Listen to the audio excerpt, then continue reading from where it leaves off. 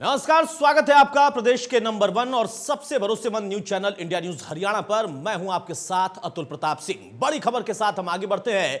India news Haryana पर आज की सबसे बड़ी खबर अगले कुछ मिनटों में हम आपको बताने जा रहे हैं, जो कि आपकी सेहत से और आपकी जेब से जुड़ी है। सबसे बड़ी खबर जो कि जान बचाने वाले ही अगर आपके जेब पर डाका डालने लगे तो जान बचाने के लिए आप चाहते हुए और न चाहते हुए भी डाका डलवाने को मजबूर रहेंगे। इस वक्त सबसे बड़ी खबर आपको आज के पूरे दिन की बता रहे हैं, जहां पर जिन लोगों पर जिम्मेदारी थी और जो भाव सेवा का होना चाहिए, जिस पेशे से वो लोग जुड़े हैं या फिर उस संस्थान को, उस ऑर्गेनाइजेशन को या उस अस्पताल को चला रहे हैं, वहां पर किस तरीके से बंदरबाट होती है, लूट होती है, मनमानी वसूली होती है। आपकी सेहत और आपकी जेब दोनों से जुड़ी हुई है सबसे बड़ी खबर मैं आपको बता रहे हैं। आपकी जेब को किस तरीके से चाहते और न चाहते हुए काट लिया गया, उस पर डाका डाल दिया गया, इसकी बानगी अगले कुछ मिनटों में आपको दिखाएंगे, जब पूरी खबर को आपके सामने प्रस्तुत करेंगे और रखेंगे।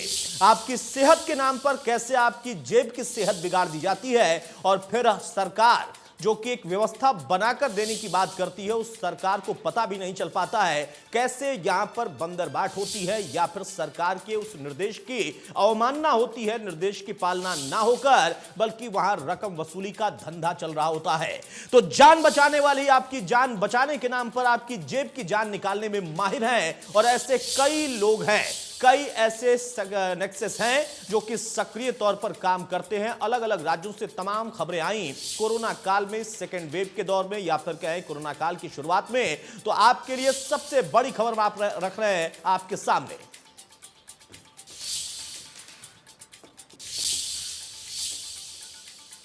तो सिलसिलेवार तरीके से हम आपको दिखाएंगे, लेकिन शुरुआत हम करनाल से कर रहे हैं। करनाल से एक बड़ी खबर आ रही है। करनाल में एक धंधा चल रहा था। करनाल में शर्मसार हो चुकी है इंसानियत, क्योंकि जान बचाने वालों ने उस पेशे को शर्मसार कर दिया। करनाल में उम्मीदों पर पानी फेरने में ये माहिर लोग कामयाब रहे।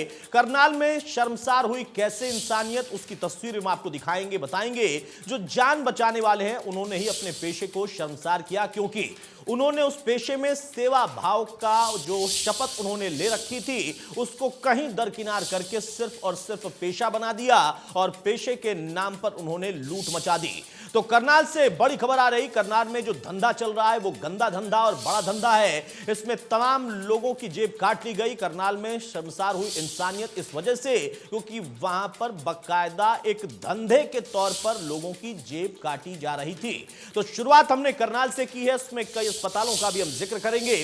करनाल में किस तरीके से सुनियोजित जो कि सरकार ने एक रकम तय की है उससे इतर, या फिर रेमडेसिविर इंजेक्शन के नाम पर कुछ अन्य दवाएं जिनकी जरूरत इस वक्त में रही, उन तमाम पेशेंट्स को या तीमारदारों को जो कि अपने पेशेंट को लेकर वहां पर पहुंचे थे, उन लोगों से जो रकम सरकार ने तय की है उससे कई कई गुना ज्यादा वसूला गया।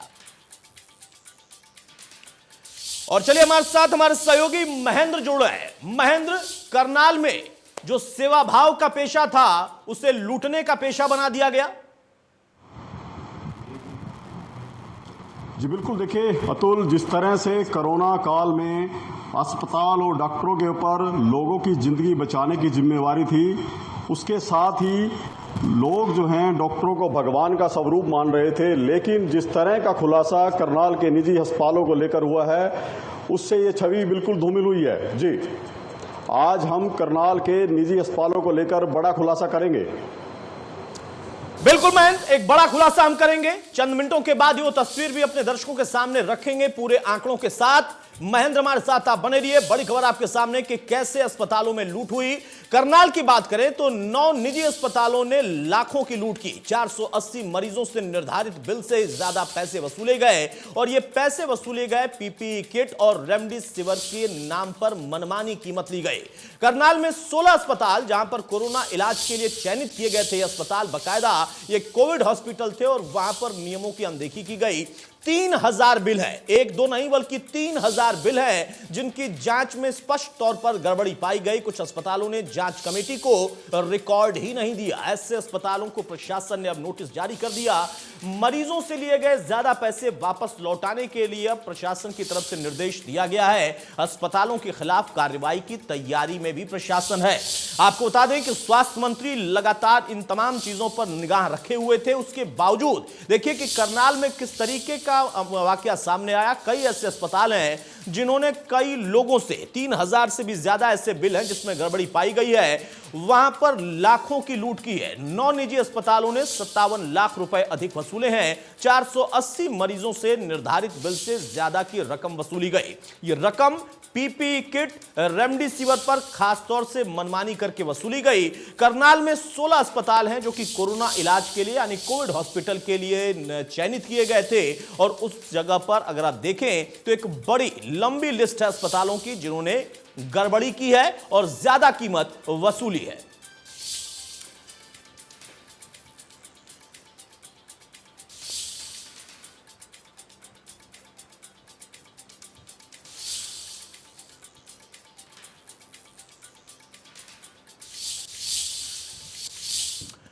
तो इस पूरे मामले पर करनाल से हमारे सहयोगी ने जिला अस्पताल और तमाम जगहों पर जाकर जायजा लिया।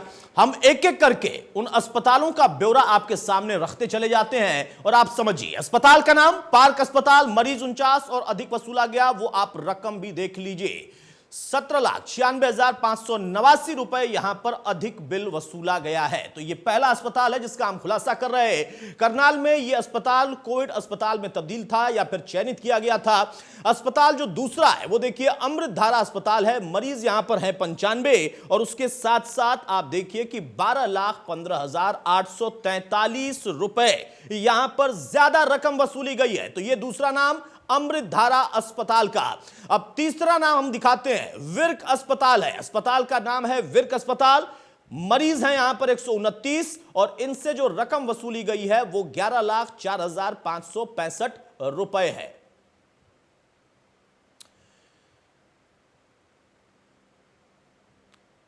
जी, तो ये तीसरा अस्पताल जहां पर मैं आपको दिखाया कि कितने लोगों से, कितनी संख्या में जो मरीज थे उनसे कितनी मात्रा में वसूली हुई है, जो पैसा, जो रकम वसूली गई उसका डाटा भी मैं आपके सामने रख रहे हैं। अस्पताल जो दूसरा, चौथा है अब सिग्नस अस्पताल। देखिए यहां पर वो 45 ऐसे मरीज हैं जिनसे 6,42,292 रुपए अधिक वसूला गया।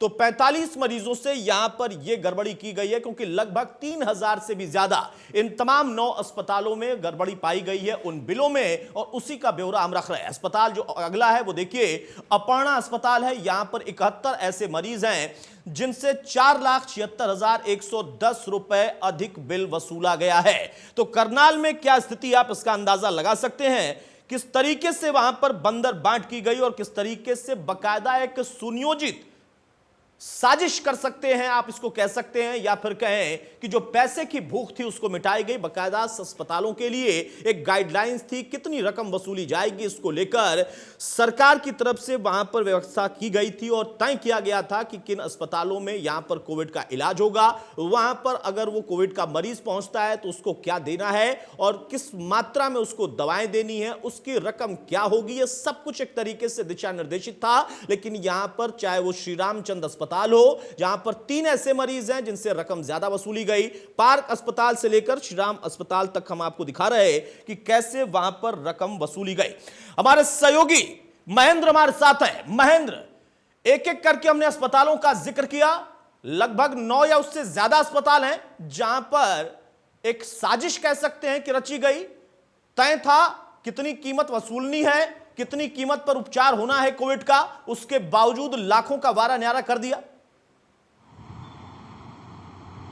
जी बिल्कुल, देखिए अतुल, जिस तरह से लोगों के बीच कोरोना वायरस को लेकर दहशत थी और उनके बीच मौत का खौफ था जो संक्रमित मरीज थे, तो इसी चीज़ को निजी अस्पतालों ने, हम कहेंगे कि उनको कैश किया है, उनके डर को जो है कैश किया है निजी अस्पतालों ने, क्योंकि सरकार द्वारा गाइडलाइन निर्धारित की गई थी कि किस तरह से इलाज होगा, क्या उसका प्रोटोकॉल होगा इलाज का, और उन मरीजों से किस तरह का चार्ज किया जाएगा, किस तरह की दवाइयाँ होंगी, और उन दवाइयों के एवज में अस्पताल जो है कितना चार्ज वसूल सकते हैं। लेकिन इन सभी नियम कायदे कानूनों को ताक पर रखकर निजी अस्पतालों ने संक्रमित मरीजों से एक तरह की खुली लूट की है। जी, अब यह जब पूरा प्रकरण सामने आ गया, प्रशासन भी इसमें अपनी तरफ से निर्देशित कर चुका है, वसूली तक की बात हो चुकी है।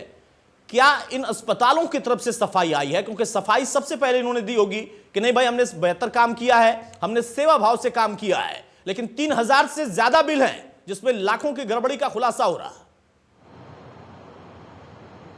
जी बिल्कुल अतुल, देखिए जिस तरह से हम जांच कमेटी की रिपोर्ट पर यदि नज़र डालें तो एक बहुत बड़ा जो है ये कोरोना के नाम पर जो घोटाले को जो निजी अस्पतालों ने अंजाम दिया है उसकी राशि बहुत बड़ी है। क्योंकि जिन 3000 बिलों की जांच कमेटी ने अपनी जांच में शामिल किया था, उनमें से 9 निजी अस्पताल ऐसे मिले हैं जिन्होंने 400 से ज़्यादा मरीजों से 57 लाख रुपए अधिक वसूले हैं। तो ऐसे में एक बड़ी जो रकम है वो मरीजों से वसूली गई है।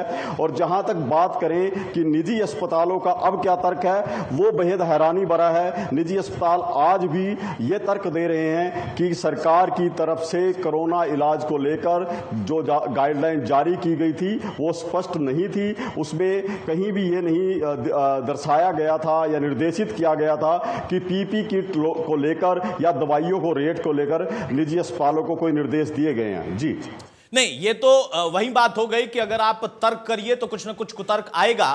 अगर बाकी अस्पतालों को गाइडलाइन पता थी और उसकी पारदर्शिता पता थी, वो कितनी स्पष्ट है ये पता थी, तो यही 9 क्या किसी और ग्रह से आए थे जो इनको नहीं पता था? ये तर्क कितना गले से नीचे उतर रहा है। खुलासा कैसे हुआ? यहां पर क्या शिकायत उन मरीजों ने की, उनके परिवार वालों ने की, तब बात प्रशासन तक पहुंची?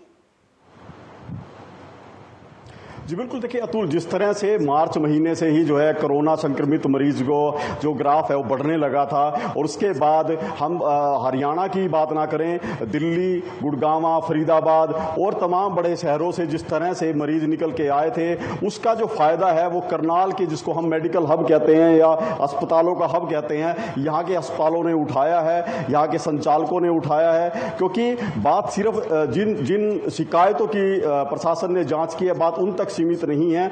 मैं इससे आगे भी जो बात है, क्योंकि जो एनसीआर से जो धनाढ्य मरीज आए हैं उनको कहीं ना कहीं निजी अस्पतालों ने अपने अस्पताल के बेड्स को सेल किया है मोटी रकम लेकर, ताकि उनसे अच्छा मुनाफा कमाया जा सके।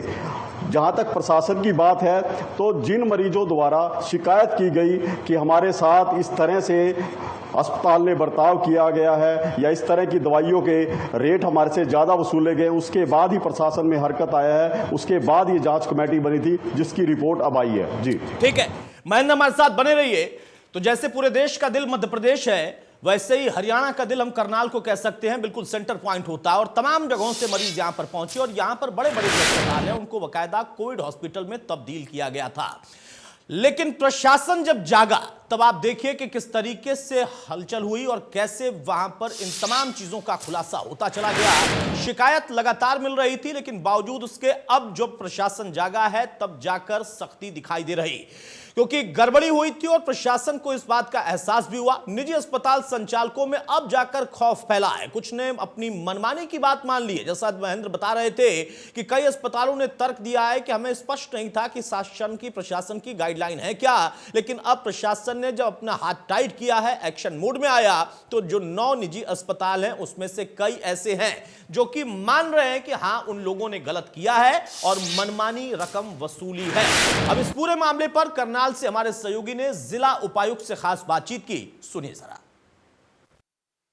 कोरोना मरीजों के इलाज को लेकर जिस तरह से निजी अस्पतालों की कार्रवाई रही है, उसको लेकर काफ़ी शिकायतें जिला प्रशासन के पास पहुंची हैं। जानेंगे क्या है मामला। हमारे साथ है जिला उपायुक्त निशांत कुमार यादव। जी सर, कैसे क्या मामला है? इसमें जो कोरोना के इलाज से संबंधित जितनी भी प्राइवेट अस्पतालें थी करनाल की, उनमें हमें शिकायत आई थी कि कई अस्पतालों ने ज़्यादा चार्ज किया। जो सरकार के द्वारा फिक्स रेट थे उनसे ज़्यादा उनसे पैसे चार्ज किए गए मरीजों से। तो हमने एक कमेटी बना करके जितनी भी ऐसी प्राइवेट हॉस्पिटल हैं, 16 अस्पतालें हैं जो कोरोना का इलाज कर रही थी, उनके सभी बिलों का, सेकेंड वेव में जो भी पेशेंट आए उनके सभी बिलों का हमने ऑडिट कराया, बिल्स का ऑडिट कराया। मार्च से लेकर के और 1 मार्च से लेकर के और 31 मई यानी इन 3 महीनों में, मार्च, अप्रैल और मई में जितने भी पेशेंट्स इन अस्पतालों में एडमिट हुए और उनको बिल्स जो दिए गए उनका चेक किया, ऑडिट किया कि कितने जो है सरकारी जो डायरेक्शंस हैं, रेगुलेशंस हैं और जो रेट फिक्स्ड हैं उनसे कितनी ओवर चार्जिंग हुई है। और हमने उसमें पाया कि लगभग 9 प्राइवेट अस्पतालों द्वारा 480 मरीजों से लगभग 57 लाख रुपए एक्स्ट्रा चार्ज किया गया, जो कि नियमों के तहत नहीं था। तो उस आधार पे हमने इन अस्पतालों को नोटिस दिया है और इनको कहा है कि ये 1 हफ्ते के अंदर अंदर पहले तो जो ये एक्स्ट्रा अमाउंट है उसको रिफ़ंड करें और हमें रिपोर्ट करें कि इन्होंने उन पेशेंट्स को वापस कर दी है। और उसके बाद आगे कार्रवाई के लिए भी सरकार को हम इन अस्पतालों के खिलाफ कार्रवाई के लिए लिखेंगे। कौन कौन से हॉस्पिटल हैं? इसमें शहर के सारे, मुझे एग्जैक्टली लिस्ट तो नहीं ध्यान होगी, बट शहर के जो मेजर हॉस्पिटल्स हैं जो कोरोना को ट्रीट कर रहे थे उनमें से 16 में से 9 अस्पतालों में ये शिकायत मिली है। 7 अस्पताल ऐसे हैं जिनकी जो है कोई भी इस तरह की शिकायत नहीं मिली, जांच में उनकी तरफ कोई अनियमितता नहीं पाई गई।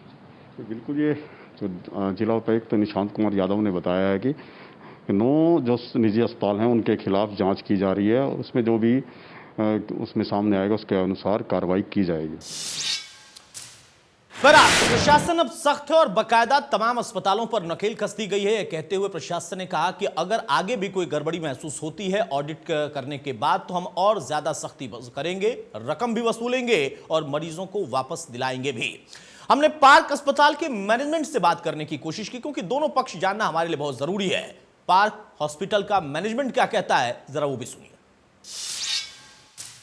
As far as billing is concerned, there could be some confusion in the billing.